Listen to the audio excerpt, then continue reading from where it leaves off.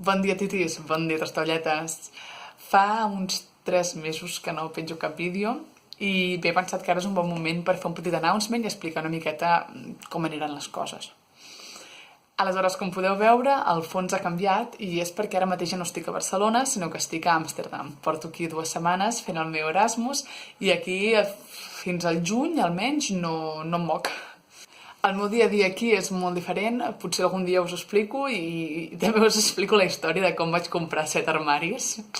I estic tenint temps i distància per posar una mica les prioritats al lloc i qui sap, potser algun dia decideixo el meu futur i què faig amb la meva vida.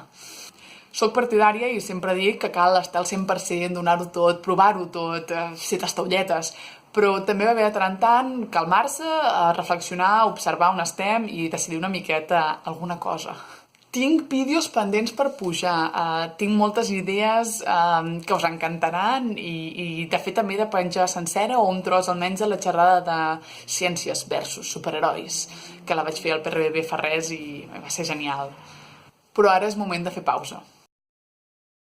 No sé si és un fins ara, un fins després, un adeu, no en tinc ni idea, però jo només aviso perquè no em dongueu per desapareguda i truqueu un dia a la policia en plan «La tastaoleta s'ha desaparegut! Oh no, què farem?» I vaja, això és tot. Ni que de moment hagi parat l'activitat a YouTube, segueixo donant la tabarra a Twitter, @soctastaolletes i a tope amb el tema de Science and Arts, que vaig fer una xerrada l'any passat a una TEDx UPF. Us deixo aquí sota el link per si encara no l'heu vist i us interessa el tema. Seguim en contacte i brilleu, gent. Bona nit, titis. Bona nit, tastaolletes.